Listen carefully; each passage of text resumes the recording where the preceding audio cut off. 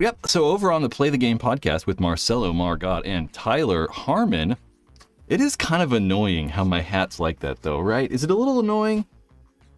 Should I take this off? Should I take this filter off?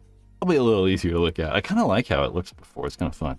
Anyway, on the PTG podcast with Marcelo Margot, Tyler Harmon, they had guest, commissioner, president, vice president, prime minister, dictator, Tom Cole of the NXL. I shouldn't say dictator. That's kind of bad. That makes it seem bad. They had Tom Cole on, and Tom kind of talked about a lot of stuff involving the NXL. I think that maybe the 4 or 5 big takeaways is that the first event of the year next year in 2025 might not be Las Vegas. I know that they've wanted to do that Vegas event for a long time. I don't entirely know why no Las Vegas, or it seems like maybe there won't be Vegas.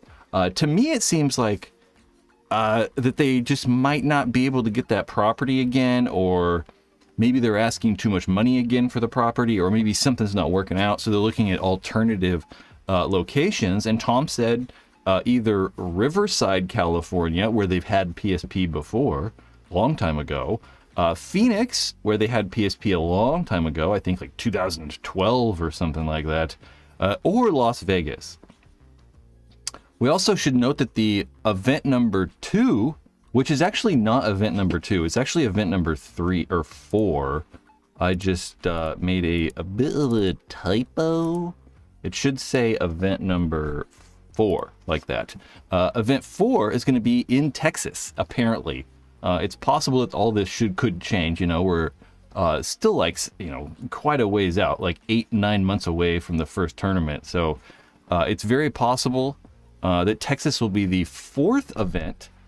And then also something interesting he talked about was this new coverage for, we'll kind of switch back, the new coverage or the new ESPN show that's going to be coming out here from August 2nd, 3rd, or 4th. We haven't still not set a date yet. I think a date should be out for that very soon, dates and times. But everything that Tom said is that it went really well. The show looks really good. Everybody liked it. So it looks like that if this original or this first episode or first version does well, it looks like we may have some more NXL stuff on ESPN. One thing that Tom talked about was possibly going to a new quarter system. So if you think about like right now, it's very possible for these games to go to a 0-0 game. I mean, essentially it could be 0-0, right? You could run out the time in each of those halves. So one thing that going to quarters would do, it wouldn't necessarily increase the amount of playing time, but adding quarters would force there to be at least 4 breakouts. So each quarter would be 5 minutes, and then, at the beginning of the next quarter, you got to have another breakout. And in this current format now, we've really only got 2. So maybe going to that 4-quarter system might increase the amount of points played and stuff like that. I think that that's kind of interesting. One of the things that Marcelo brought up was this whole new point system that he derived. One of the things he just randomly, I feel like, thought about. Actually, you know what we'll do? We're gonna listen to him talk about it. And I'd go listen to this whole entire thing, guys. It's really good. Every time that Tom is on these, he tends to always fill us in on a bunch of information that we don't normally have. It's just a bunch of insider stuff. So let's listen to this. Let's listen to Marcelo describe this. Tom, oh, wow. What if you had a button at the start gate that you could press that signaled, okay, we're going for a 2-pointer, and it meant that you had to score in under 30 seconds. And if you don't, you lose the point. But if you score in under 30 seconds, you get 2. But it's not for the whole game, and maybe you can only do it once or twice. Interesting. I also thought about saying you do the challenge thing and you play with 4. And if you play with 4, you get more points. Yeah, so they were also talking about doing challenges. Because, I mean, right now in the Pro Division, it's kind of like, they definitely do like replays, to make sure they get the call right. Like Jason Trojan, the head ref, kind of when anything's going down, he'll go and go in the booth and review the plays to make sure it's all right. But it is kind of just random, you know. There is no system. It's just whenever he feels that, you know, he should review the play.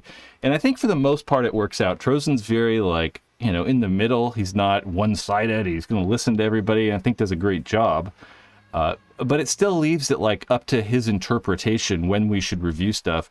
So one of the things they also talked about was possibly adding a challenge flag next year. So maybe you get one challenge, and then if you win the challenge, you can keep the challenge and then challenge one more time, but then that's all.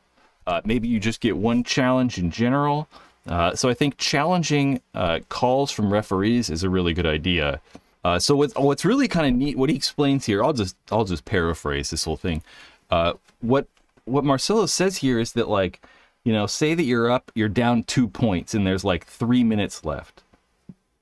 It'd be really cool and really like a neat part of the game, I think, that would make it more complicated and certainly more dramatic for us watching, would be that, say you're down 2 points, right? And there's a little button beside the start gate. Maybe it's like on the ground behind the start gate, so you can't really, you know, touch it easily.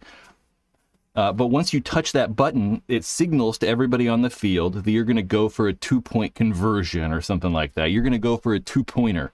So if you win this point, you get 2 points. If you lose it, maybe you get negative points, or maybe you can only go for a 2-pointer once a match or something like that. I kind of really like this idea. I think as a spectator and someone watching, it would just make it interesting, right? You'd be constantly wondering, are they going to go for this 2-pointer now? It's like they're down 2 points. There's only a couple minutes left. They've got to go for a 2-pointer. So I think that that could be really interesting. And I think that one thing we're tentative of, as well as a lot of other sports, is just changing history, right? I mean, in paintball, we really don't want to change anything. I think everybody kind of wants it to stay the same and never change. And that's the same for all sports, right? I mean, you look at the NFL, you look at baseball, or, you know, car racing, whatever it is, nobody ever wants anything to change. But I think if we look back over time, a lot of the, not a lot, but many of the things that some of these sports have implemented is with the new rules and additional ways to score, has just made the game more interesting. You know, we look at baseball. Baseball's added the shot clock now, and, you know, personally, I wish they'd go to 7 innings. Baseball or basketball added the 3-point line and reduced the shot clock to try to speed games up. So I'm all about trying anything we can do to try to make paintball more interesting for us as players. You know, I think that we need to start focusing on what can make it more interesting for us as players and just make it a little more fun to watch. So I think it's cool. I mean, I'm all on board for trying to just mix stuff up and change the feel.